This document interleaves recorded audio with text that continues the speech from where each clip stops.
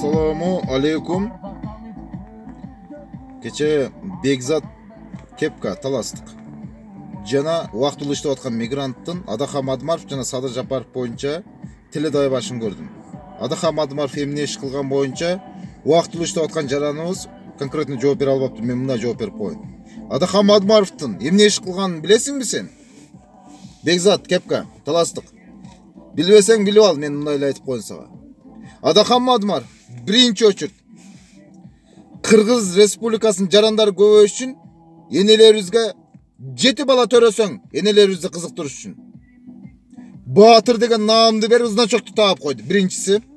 Экинчиси, биринчи класстан 5 класска чейин, 4 класска чейин балдардын бесплатный тамак боюнча камсыздап койду. Мамлекеттин эсебинен, элдин. Байлар итак жеп атат, тоюп атат. Ошолордун бир калдыгын алып туруп ошо балдарыбызга берди, айласы кетип.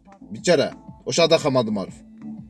Үчүнчүсү эмне иш кылды? Мектепте билесиңби? Потолок, пол, занавеска, мугалим, окутуп аткан мугалим больницага жатып калса, грипп болуп калса, ошого акча чогултмай деген нерселер бар эле. Манастын ураны, Семетейдин ураны деген нерселер бар эле. Ошолорго да акча чогултат элек. Ал кезде бизге кыйын болчу. Биз эр жигит болуп жетиле элек, мектепте окуйт элек. Ошолорго акчабыз деп сураганда ата-энебиздин пешене терин апарып берчүбүз биз. Ошолордун баарын жок кылып койду. Мен мына 12-13 китеп алып окудум. Мектептен бекер. Ошо платный болгондо бир китеп албайт элем. Себеби платный болгон үчүн, акчам жок үчүн. Сен бүгүн мигрантмын, кече Кореядан келип алып, Кыргызстанга келип алып, мен бүгүн бир 40 адамга иш берип атам, анда мындай туда-суда акчам көбөйүп калды. Кто такой вообще сен убактылуу иштеп аткандарды кемсинтип, сен таксист? Мен да таксист болуп иштегенмин.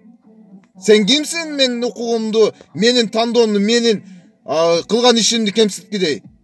Сен анализ эткидей, кто такой вообще, блин? Мага жооп бер ушул суроого. Сен Адахам Адмаровду каралабай туруп, сен кимдердин укугун деп атканың